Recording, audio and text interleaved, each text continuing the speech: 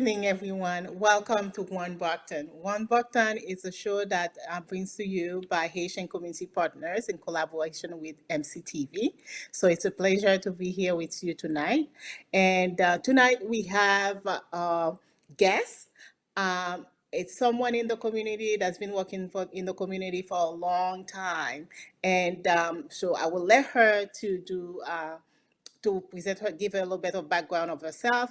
But it's a pleasure to have her today. So we are going to talk a little bit about domestic violence. So the better person to talk about that it's Laverne Gordon. So I don't need to do a presentation for her. She's going to tell you a little bit more about her background, what she has been doing, and how she started doing the work that she's doing. Welcome, Laverne, to One Brockton. Thank you for having me, Marlene, and Happy New Year to everyone. I am so glad to be on the show and talking about an issue that is near and dear to my heart, which is domestic violence awareness. I founded Love Life Now Foundation, as Marlene pointed out, a long time ago. Time ago. Yes, But it is yes. 11 years. It's been 11 years and counting that we've been around raising awareness around the issue of abuse by hosting community events that raise awareness in non-confrontational ways, getting people on the forefront about the ways that they can be part of the solution, but also ways that they can also bring back the issue of domestic violence awareness to their communities, to be able to highlight awareness on their own time. But we've also raised funding through some of these events for domestic violence agencies, again, in and around the state, as well as nationwide. And we also have a couple of direct service initiatives that we have that help victims and survivors of abuse get to their next leg of their journey. So that's what we've been doing in the community for many years. More than a couple of the events center around Brockton residents. And so we're so happy to be on the show to be able to further let people know how they can get a hold of our services. Lauren, thank you so much for being here with us today. Before we continue, what gave brought you to that field? What is it that makes you be an activist to talk about domestic violence in the community? Could you Yeah, let the that's a good community? question. Yeah, that's a good question for sure. I am and I identify as a two-time survivor of domestic violence. Once as a child witness to it growing up on the island of Trinidad in the Caribbean, not too far from Haiti, and also as a young adult survivor of a 2-year relationship that lasted from the age of 21 to 23. And for me, for many years growing up, watching my mother, who was the victim that I first knew around this issue, watching my mom for all those years go through brutal abuse and attacks at the hands of our father, I kept saying to myself that that would never be me, that I would never let anybody treat me the way my father treated our mother. And unfortunately, children that grow up in abusive homes or abusive settings or abusive communities, they tend to go on to repeat the cycle of abuse because that is what they know. I often say Exactly. to folks, yeah, I often say to folks that, when we're talking about this issue, that, they say, oh, well, um, they never saw their mother being hit, or they never, experienced in their own. Children take what they see. And oftentimes parents tell children, don't do what I do what I say. But children subconsciously inherit behaviors that are passed down from either mothers and or fathers, and they go on to perpetuate those behaviors, whether good or bad, in their own adult lives. And I was no exception. So, migrating to the States in 1993, I subsequently fell into an abusive relationship and missed all the red flags that were around this relationship. I thought, for all intent purposes, that he treated me better in the first 3 months of the relationship than any other person that I had been involved with up to that point. And But which usually that's the case for most of the victim of domestic violence, right? yes, yes. Missing the red flags is very common. And unless you are in tune with what abusers their tactics to manipulate and, take power and control over persons, you're never going to see them unless you're educated, right? And for me, specifically, I tell people often say, well, how could you let yourself get into that type of relationship when you saw what your mother had went through? And the fact is that I I was born into the abuse that my mother was experiencing. I didn't see the beginning, right? So all I knew were the what I thought was enough to know was, he puts his hands on her, he gets very jealous. If she doesn't cook the food to his liking, he'll beat her. If she shows up a minute or two late, he will beat her. Like, I knew the onset of attacks. I didn't know how they met, what his coercion was, what his manipulation was. So even though I thought I was equipped with information to be able to navigate relationship as an adult, and to know what to not get into, I was not equipped with that information. And many people, young people going into adult relationships, they don't know as well. They're not. All they know is Yeah. what they see, and what they see is what they often perpetuate. And again, I was no exception.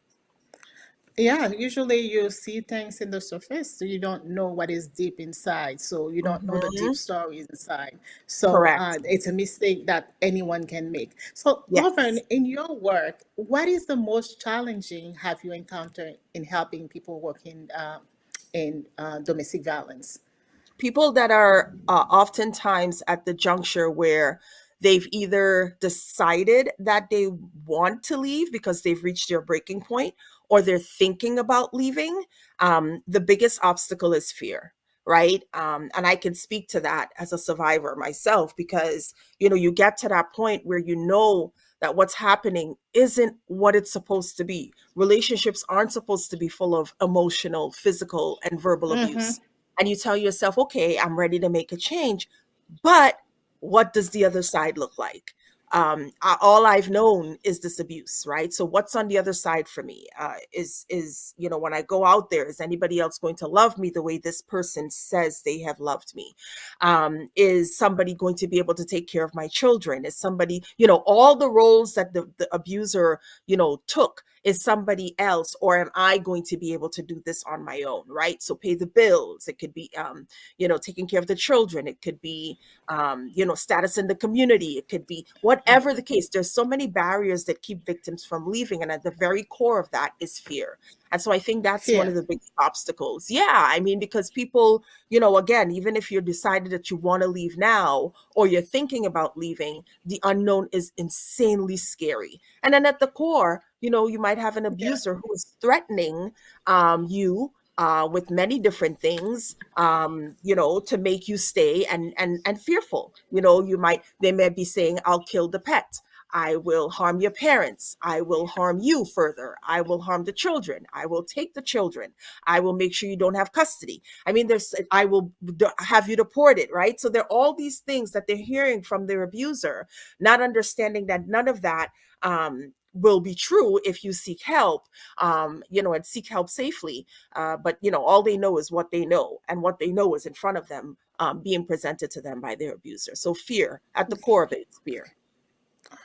Well, it's very difficult and challenging for someone who is in a situation with domestic violence to get away from it, because it's not one simple I'm breaking up with you and I'm walking Right. away. So No, it's a lot of work. It's a lot a of lot of it's layers. it's a lot of layers. So therefore, if you don't have someone to walk you through those layers, so Correct. you So end up two staying where you things. are. Exactly. So two things to that end. Um, People often say, why doesn't this person, I don't want to say she, because I bet domestic violence affects men too. Why don't they just leave? And as you said, it is not as easy. It is not picking up and leaving or exiting the relationship with a rational person. When abusers hear or feel or think that you are seeking to leave them, the mentality that they have is, over my dead body. How dare you seek to leave? How dare you seek to diminish my power and control over you? Which is what this issue circumvents: power and control over another person. And so when victims seek to leave, it is the most dangerous time of the relationship because abusers will stop at nothing to regain or continue to have that level of power and control that they've had over you, whether it be a week, a month, a year that you've been living with them. And one case that's very much in the forefront as we speak to this is the Anna Walsh case. Most recently, that's been splashed all across the news regarding this missing woman whose husband is the prime suspect. And, you have evidence coming out where she was either selling assets or, it almost seems like there was something happening in the background where she was seeking to leave, or at the very Mm-hmm. least end the relationship or be done with him. And so, again, that mindset sets in, and it's so hard because, again, there's so many barriers. They will stop at nothing to keep that level of power and control over you. So when you are seeking to leave, if you're thinking about leaving an abusive relationship, one of the other cases is in Brockton, that happened, I think, maybe about 2 months ago, where this woman was killed in her driveway and her grandchild witnessed the incident. Having an advocate and speaking up, first of all, speaking up, telling someone who can then direct you to what resources are available, whether that's us at Love Life Now, whether that's a domestic violence agency in your area, whether it's Mm-hmm. somebody in your circle that you trust to tell something. And hopefully that person then seeks out a domestic violence advocate in your area. But domestic violence agencies are equipped with advocates that can help you navigate the process of what's next, the unknown, the scariness of it all, right? Whether that means getting a restraining order, whether that means putting you and your family up in another location, and undisclosed location at a shelter, whether that means relocating out of the state if you have the access to be able to do that, or them helping you to do that, whether that means, I mean, there's so many things. Maybe you're not ready yet, maybe you're thinking about leaving and you want to know how to navigate. Maybe that may mean getting a legal advocate on your side to help you navigate the process. But always speaking up, that's where it starts, and preferably through a domestic violence agency or somebody trusted in your circle that you feel okay speaking to. Uh, I agree with you, but again, sometimes people again brought up the fear again. So, especially in the immigrant community, the Yes. fear that someone knowing that I am a victim, that I am being abused by my husband, and my husband has a title in the community. So I just Hmm. don't want to tell anyone what's going on in my family. So therefore, those are the fear that usually prevent people from telling someone what's Yep. going on with them. So Yep.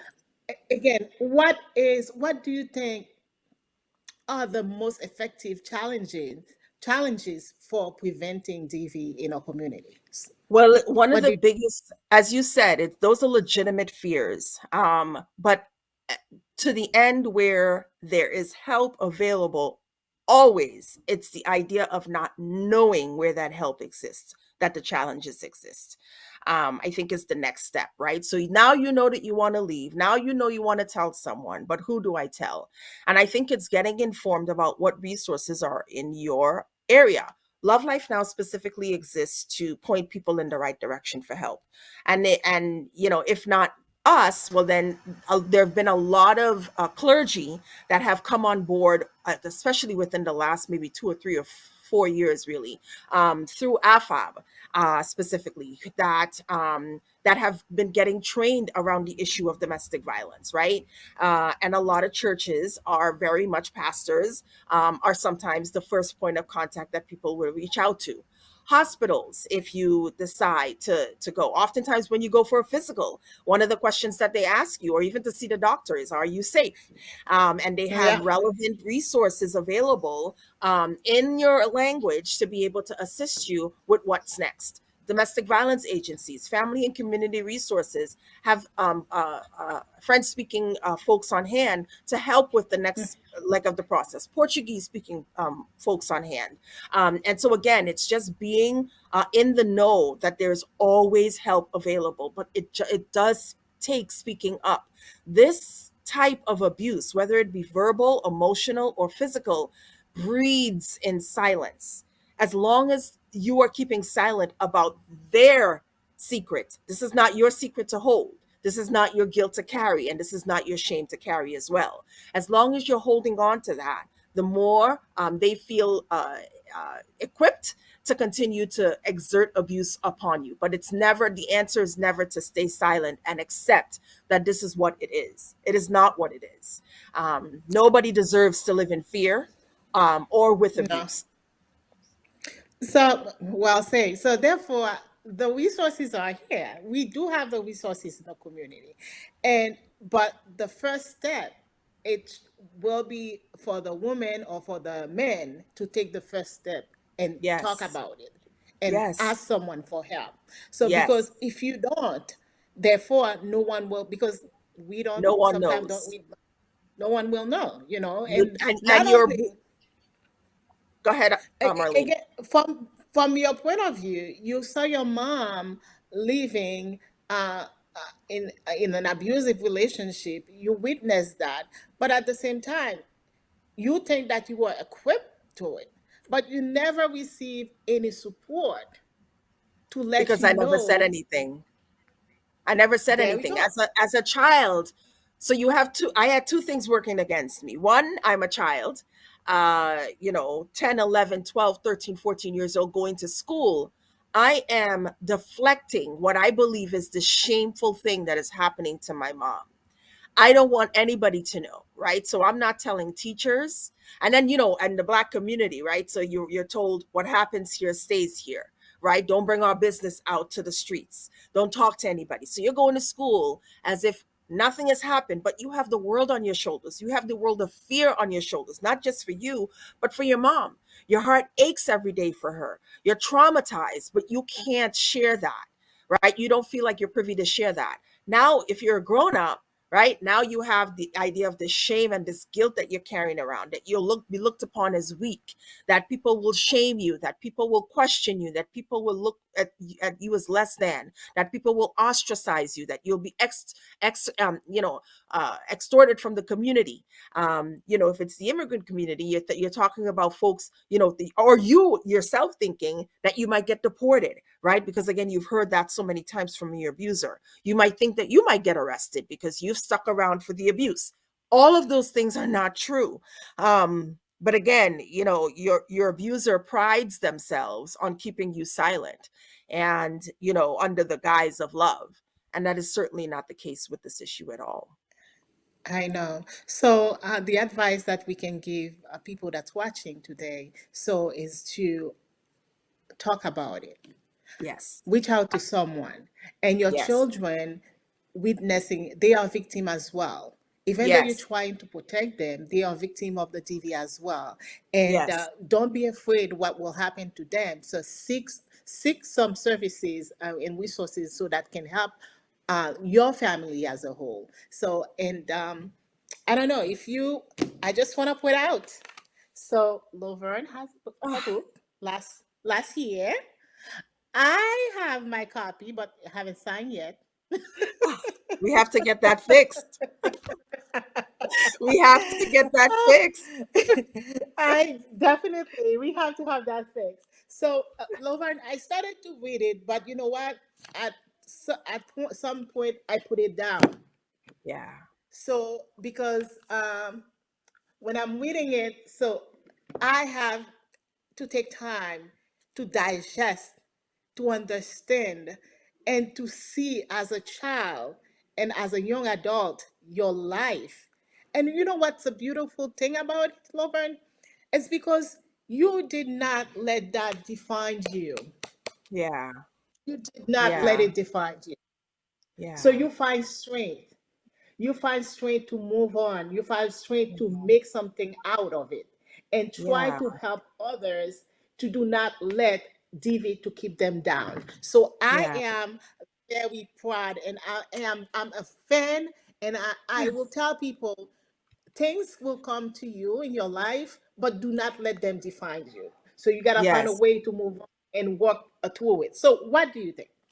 Yeah. Gosh. First of all, what a beautiful surprise to see you with the book. The book has been, if anybody could have told me 2 years ago, 3 years ago, that I would have written a book and now on a nationwide book tour, further raising the issue of awareness around the issue, raising awareness around the issue. I would tell them flat out that they're lying.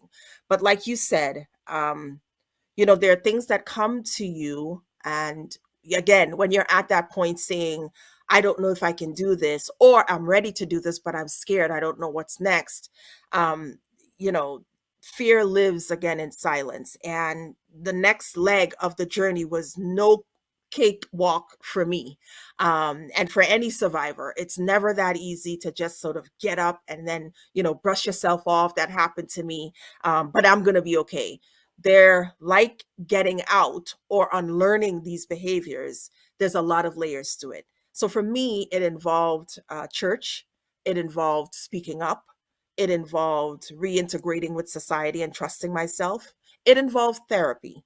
I am currently still in therapy, really, because of the book. The book really reignited the call for therapy, because it brought up, the book itself brought up so much, sort of what I thought was dealt with truths, but it certainly was not, that I had to put myself back in therapy. And I started it last year. And by March, I think I had a pretty good handle of what I was dealing with. And since then, I still see my therapist once a week. Every Wednesday at 11 o'clock, I self care with my therapist. I have an hour that I sit and talk about anything and everything, because we all walk around with stuff. And if you've been through trauma like domestic violence or really any other trauma, it is important to get it out. It is not your secret to carry, or any or shame to carry. And so that's what I've taken away from this experience between writing the book and being able to be on this book tour, and not just nationwide, but internationally. The book is in Trinidad as well as London. And I'm just so incredibly blessed to have been able for a publisher to approach me to be able to do this project. But yeah, I mean, it certainly wasn't, overnight. It took many years, succinctly 10 years, after I had formed the foundation, Love Life Now, which, you see in the background, and doing the work that we do around awareness, for me to be able to, sort of come to the project of a willing and full mind. Because many people before, in years past, had said you should write a book, and I sort of brushed it to the side. But it was the right time, back in January of 2021, to be able to do it. So I'm so blessed, Marlene, and I'm so excited that you have it. It I'm is so a lot excited for you. to digest. So I hear you. It is a It, it's a roller coaster of emotion, yes, that people yes, goes through, and it's very raw. It's yeah. because I really wanted people to understand the brevity of what this issue entails. I didn't want to sugarcoat it. I wanted to show what it Mm. was really to be a child witness, and how traumatic it can be for children in those situations. The consequences of sticking around, thinking that you're sticking around for the children or to keep For, the family whole, and understanding that that is not doing them any favors. Children, again, that are in these experiences are suffering silently, and they don't feel like they're worth, being worth, saving. So they go through it with you, not understanding that you are really doing harm to them. So it was really important for me to do that. And then again, as a young adult, 21, to relate to teens and young adults and women in general alike, that what this issue looks like on the forefront, and the red flags. And I can tell you, on this book tour that I've been on, Marlene, gosh, I have men coming up to me saying that either they're I disclosing that bet. they've experienced this issue, either their mothers have went through it or are going through it, Mm-hmm. their sisters, their daughters, and then women subsequently, either they're going through it or they have a family member or a work colleague that is going through it and they don't know what to do. So it's been really, a blessing, because people feel like they have an avenue, another avenue. I'm not the only avenue to be Yeah, able to yeah. disclose, what's been plaguing them, and then further potentially seek I can give them resources that they can, be able to help navigate, what's next. So really a blessing all around, for sure. Thank you, thank you, thank you. I thank you because this book, as I said to people, so it's not easy to digest, but again, it's a good example how you survive. You are a Yeah. survivor, Ah, and also Yes, you do. You are a survivor. And also, you gave us hope. And if people are reading that book, there's hope. And Yeah. the hope is to, it takes a village. Yes. It has people, you need people around you to address Yes. that. You need people around you to address the mental health that's related to the domestic violence. So What you're going again, through. Yeah. what you're going through. You just put it out. You were not ready to write the book because it's such a traumatic event. So you Mhm. didn't want to go back and touch that without Yeah. knowing that you will be okay mentally. So Yeah. and when you decided to do that, you said yes, I need to be in counseling because I'm Yes. revisiting the past. That was Yeah. so traumatized to Gosh. me. So again, the mental health piece associated with DV, it's big. So if we Yes. were taking time today to talk about domestic violence, and we will take the entire night to do that. And because it associates with a lot of things, it associates with mental health, it's associated with physical health, because it's not Mhm. only it's associated with the whole body. So Yes. again, if there's one example, if there's one message that you want people that's watching today or tonight to take out from this interview, what would that be? Find out what the local domestic violence resources in your area. Um, you may not be ready to make a move yet, but at least see what services are available. And there are many. Some agencies offer legal advocacies, all of them offer counseling. All of the services are free. Some of them offer childcare while you're going through the process. Financial assistance. We offer some financial assistance if you have recently left or thinking about leaving domestic violence and you need help with a related expense through our Get Safe Fund. Reach out to us. You've heard me speak tonight. I do not speak Haitian Creole, but I could have someone that would be able to translate when we set up a call. Our number is 888-556-9876. Again, 888-556-9876. And if you don't feel like calling directly, you can text that number. Call or text us to find out what the resources are in your area or for help with a small piece of financial assistance that we can help you in your next leg of your journey. But don't stay silent. Please, I beg of you, speak up.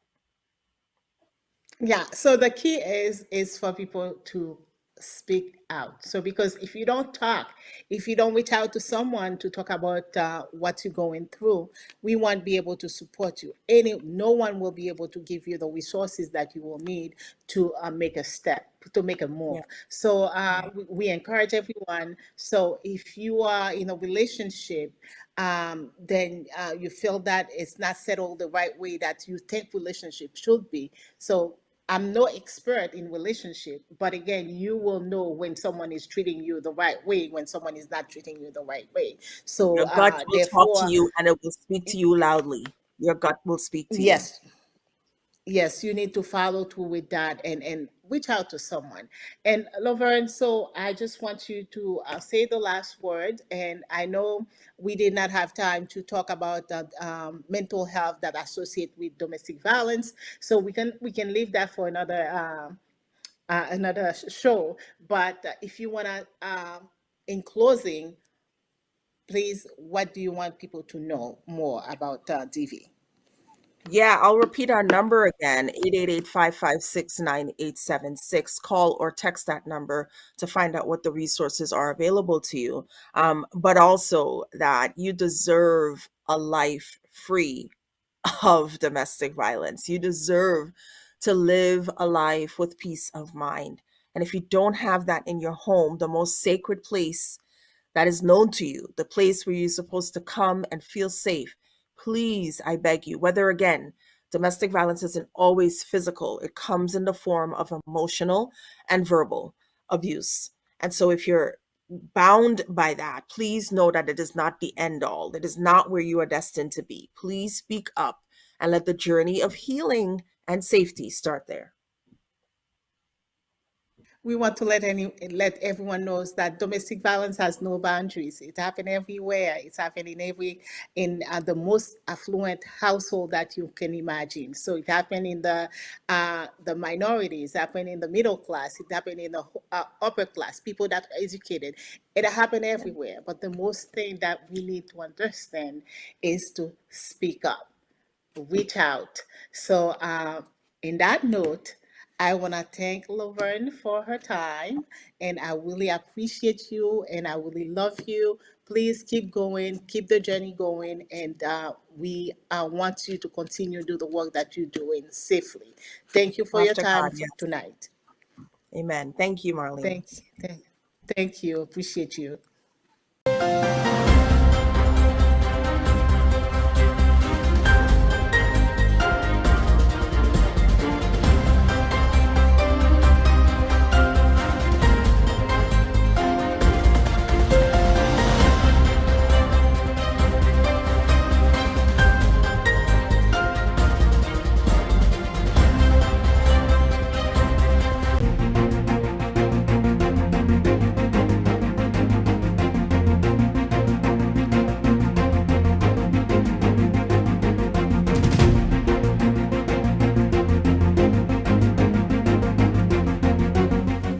Je ne crois pas à ce moment-là parce que nous ne sommes pas à 2008.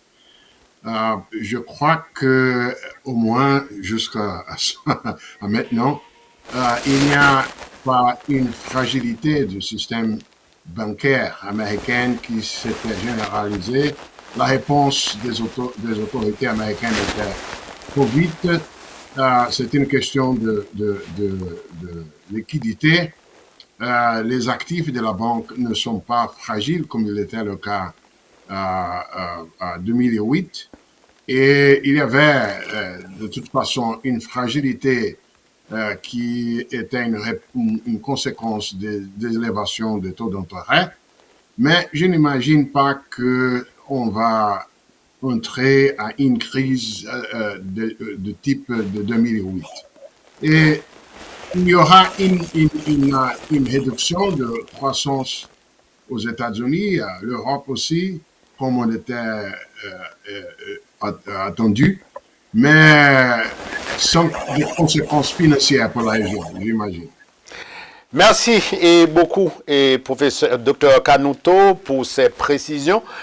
Comme vous le savez, demain prend fin au Panama l'Assemblée annuelle de la Banque interaméricaine de développement BID, une institution que vous connaissez très bien. Avant de parler de l'économie de l'Amérique latine, quelle est l'importance d'une telle réunion annuelle de la BID? De quoi parle-t-on à cette assemblée? Qui est-ce qui participe à cette réunion, cette assemblée générale annuelle de la BID? Bon, écoute, l'assemblée annuelle de la BID est le moment de l'année où les gouverneurs de la banque, c'est-à-dire les autorités des pays partenaires, se réunissent. Ils entendent du président quels sont les plans de travail et donnent leurs directives.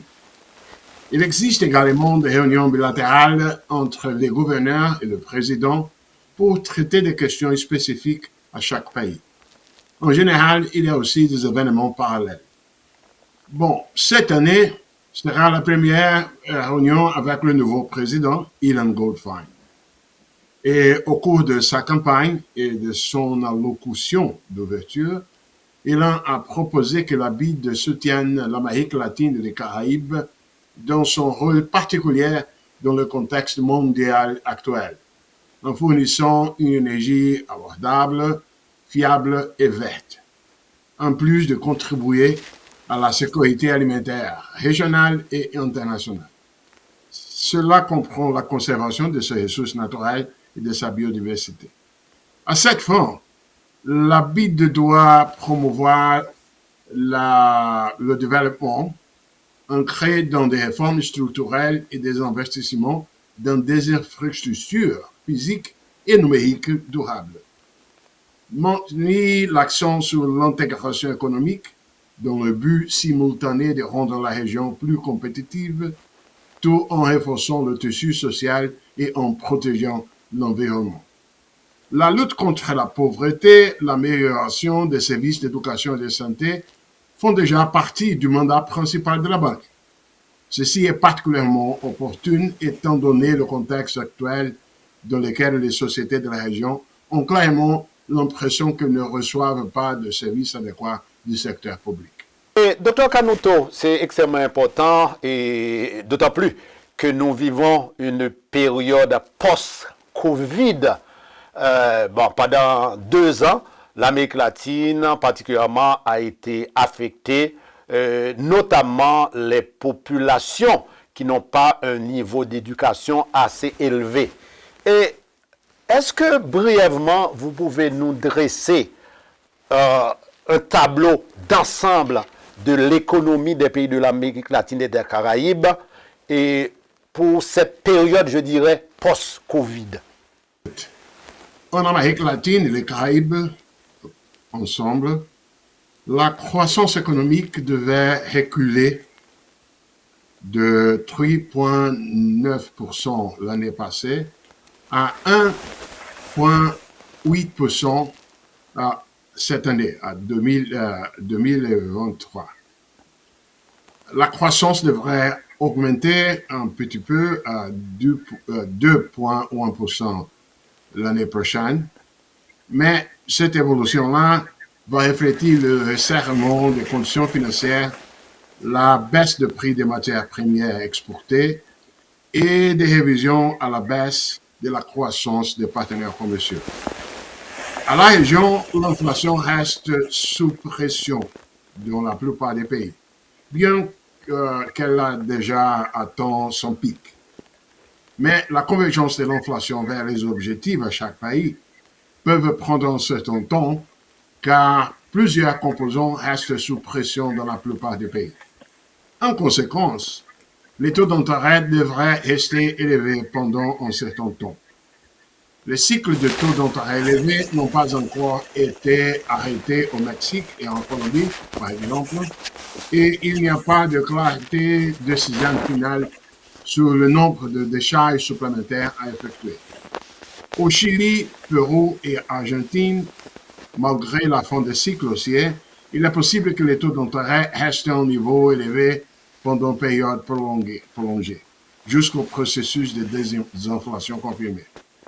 La croissance économique devrait ralentir. Je vais parler un petit peu aussi sur l'Amérique centrale et le Caraïbe, mais il faut noter que en Argentine, au Mexique et en Colombie, une consolidation budgétaire est attendue, malgré les attentes d'une croissance économique plus modérée et des taux d'intérêt plus bas.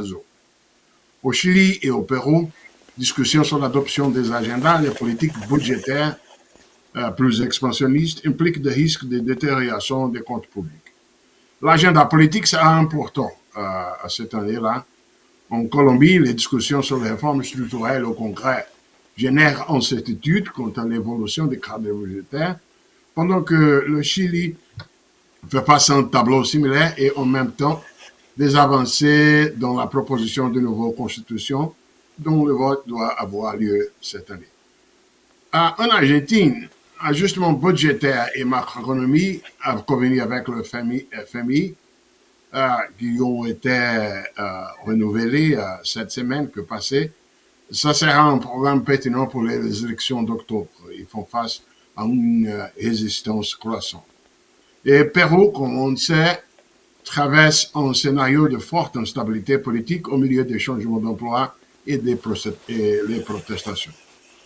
En Amérique centrale, la croissance devrait modérer de 4,4% en 2022 à 3,2% en 2023 et 3,5% en 2024. La croissance aux États-Unis, plus faible à court terme, pesera aux remittances, aussi aux exportations et aux investissements directs étrangers. L'inflation a atteint un record dans la sous-région de l'Amérique centrale l'année passée, mais devrait ralentir. se reflète l'évolution des prix des matières premières ainsi que le resserrement monétaire. Au Panama et en El Salvador, ça c'est une conséquence directe de la dollarisation.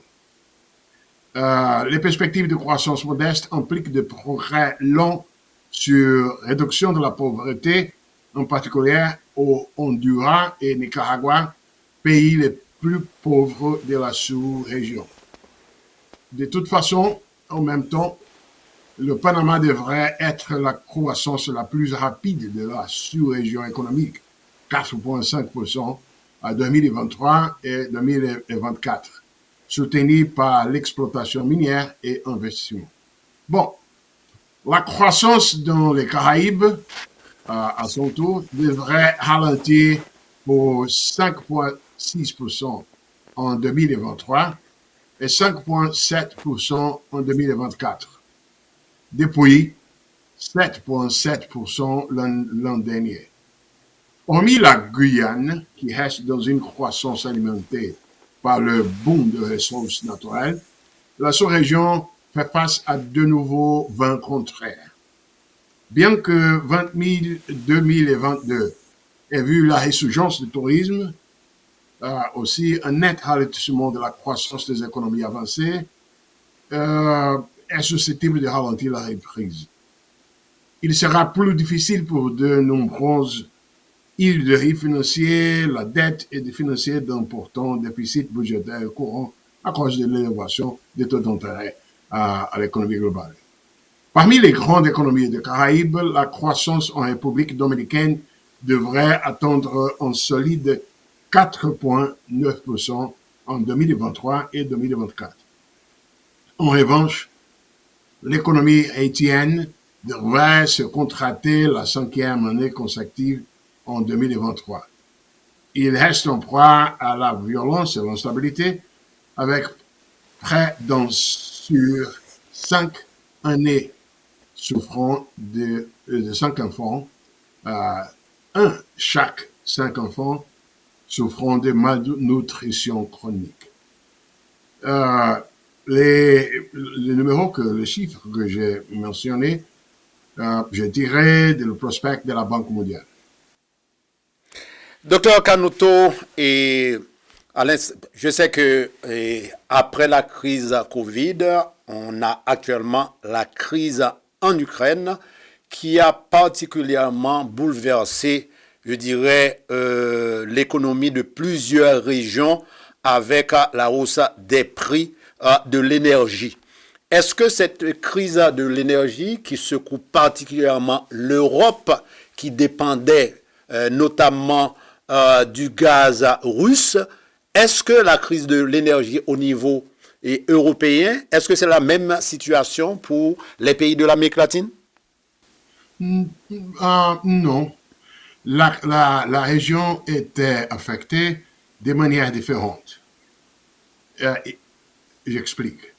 Les exportateurs de matières premières ont vu leur PIB favorisé, comme le Brésil, l'Argentine et les autres, tandis que les importateurs ont été négativement impactés. Ça, c'est un facteur de différence très important. En même temps, le choc d'inflation alimentaire et énergétique ont été des défis pour le pauvre dans les deux cas, pour tout le monde. Il y avait des pays qui ont réussi à compenser, par exemple, les personnes, la population affectée par les chocs, avec des transferts de ressources, transferts de l'argent par le gouvernement, etc. Pendant qu'en même temps, c'est vrai que le PIB, par exemple, du Brésil, était amélioré par le choc de prix d'aliments et de prix d'énergie. Mais le problème général pour tout, c'était les impacts spécifiques sur les plus pauvres à cause du fait que l'alimentation et l'énergie domestique sont composants importants de de leur budget, de leur Budget. budget. Ouais. Et docteur Kanuto, le réchauffement climatique est l'un des plus grands défis de notre temps. En Amérique latine, comment à la fois relever le défi du changement climatique et celui d'un développement économique, comme on dit très souvent maintenant, un développement durable? Y a-t-il de grands projets actuellement en exécution dans la région? Bon, autant que possible, la région doit se préparer et s'adapter pour les effets de le changement climatique, qui sont déjà clairs à la fréquence plus grande des événements climatiques extrêmes, comme la sécheresse et les floods, l'inondation à l'Amérique du Sud, et aussi les événements aux Caraïbes. Alors, autant que possible, il faut se préparer pour ça parce que c'est la réalité au futur. En même temps, à la côté de mitigation, la région a besoin d'arrêter la perte de forêt à l'Amazonie.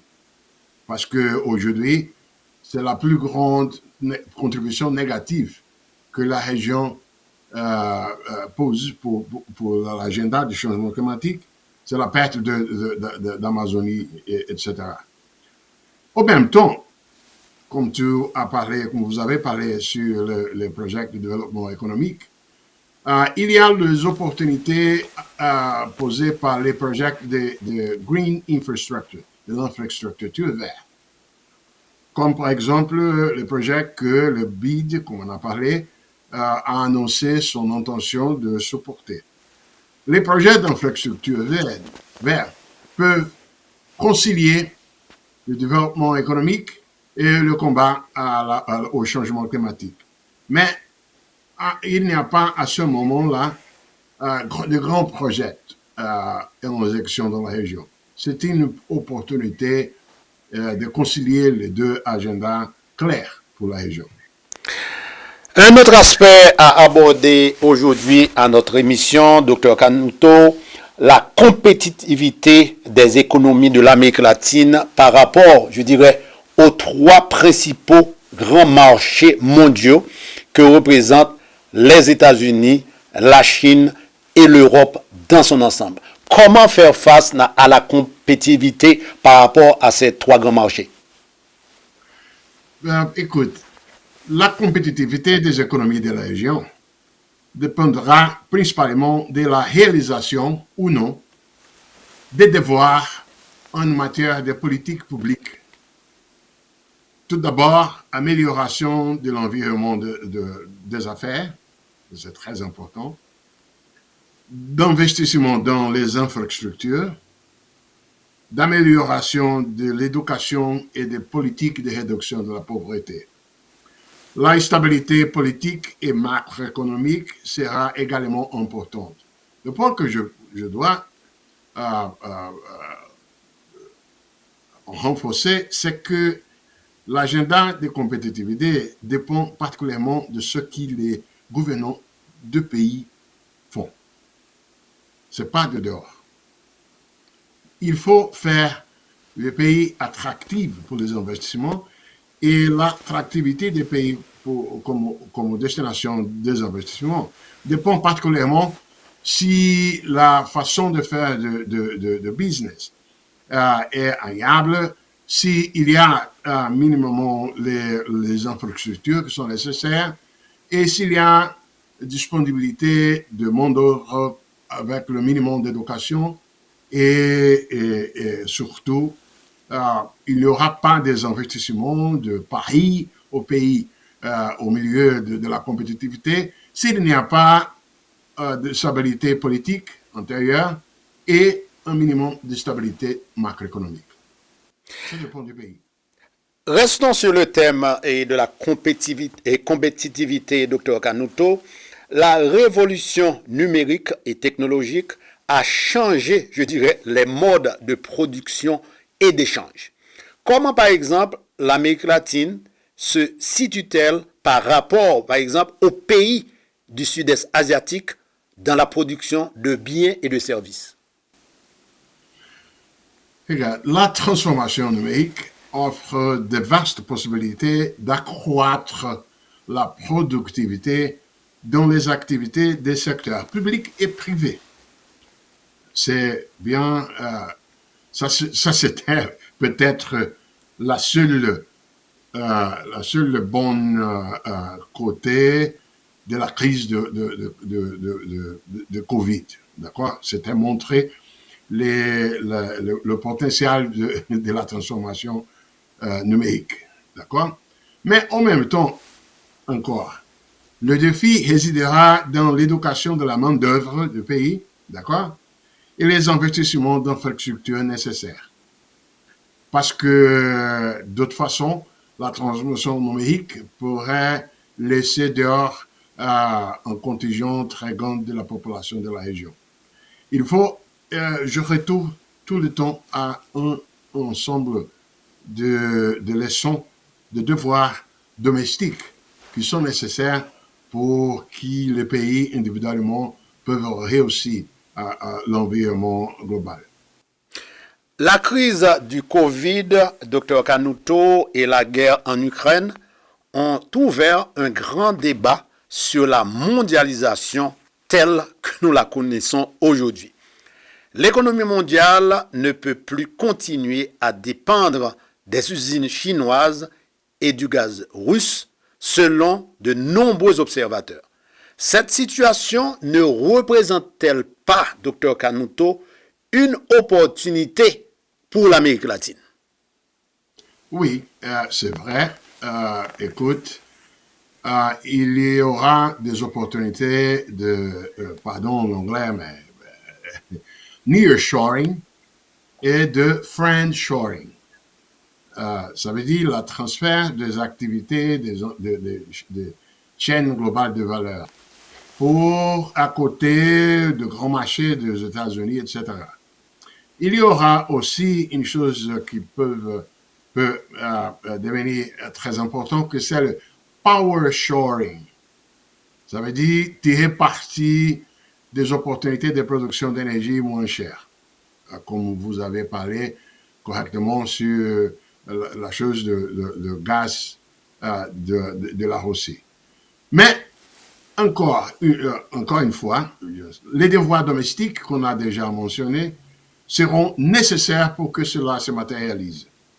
Parce que pour devenir des endroits pour la délocalisation des activités, il faut que les conditions d'opération au pays seraient agréables pour les chaînes de valeur. Sinon, il n'y aura pas. Dr Canuto, on ne saurait parler de l'économie de l'Amérique latine sans évoquer la présence croissante de la Chine dans cette région depuis plus d'une vingtaine d'années dans le cadre du projet des nouvelles routes de la soie du président Xi Jinping. C'est plus de 160 milliards de dollars investis par des entreprises chinoises pour 141 milliards de prêts aux pays et entreprises publiques. C'est de loin ce qu'accordent les institutions internationales comme la Banque mondiale aux pays de la région. Comment appréhendez-vous, Dr Canuto, cette présence chinoise dans l'économie de l'Amérique latine? Mais écoute, les investissements chinois dans la région ont diminué ces dernières années, en termes de volume particulièrement. Et il y a eu aussi une reconfiguration sectorielle. Moins d'emprunts pour sécuriser les approvisionnements en pétrole et en cuivre, qui étaient, moins d'emprunts, mais qui étaient partiellement compensés par des investissements chinois dans les infrastructures et les services. Il faut observer que ces investissements ne concurrent pas ce qui peuvent faire les institutions internationales pour les autres investisseurs. Ils sont en addition. On doit regarder comment est-ce que la rivalité entre les États-Unis et la Chine au milieu international peuvent avoir des conséquences à ces investissements-là. Et pour terminer, Dr Kanoto, les investissements directs chinois, les prêts à des entreprises dans la région, ça va quand même favoriser le développement de certains secteurs clés de l'économie. Mais est-ce que ces pays ne doivent pas se méfier de ce qu'on appelle le piège de la dette? D'accord. Écoute, il y a deux côtés à ce question-là. Le risque de piège de la dette dépendant aussi de la qualité de la gouvernance politique et macroéconomique du pays. Du côté chinois, le risque de perte a déjà augmenté le poids des questions sociales, environnementales et de gouvernance aux orientations que le gouvernement chinois donne à ses investisseurs. Ils ont perçu, écoute, la Chine elle-même, que les pertes sont mutuelles quand ces aspects ne sont pas considérés. L'expérience chinoise à l'Amérique latine, à l'Afrique et à ses voisins asiatiques a laissé ça clair pour eux-mêmes. Même si ça vient un peu plus tard que ce devrait être. Les risques social, environnemental et de gouvernance doivent être considérés aux deux côtés. Et la Chine a appris des leçons avec... Demander aux Chinois s'ils n'en vont pas parler, mais ils savent qu'ils vont perdre beaucoup de l'argent comme ils ont perdu dans certains investissements à l'Asie et à l'Amérique latine aussi. Bon, probablement, ils ont fait un investissement à caractère politique en Amérique latine. Merci extrêmement et vraiment, nous sommes très heureux de vous avoir eu aujourd'hui pour parler de l'économie de l'Amérique latine au moment où s'achève, Dr Ottaviano Kanoto, la réunion, l'Assemblée générale de la Banque interaméricaine de développement au Panama. Merci beaucoup et à bientôt. À bientôt. Avec Ok, plaisir. au revoir.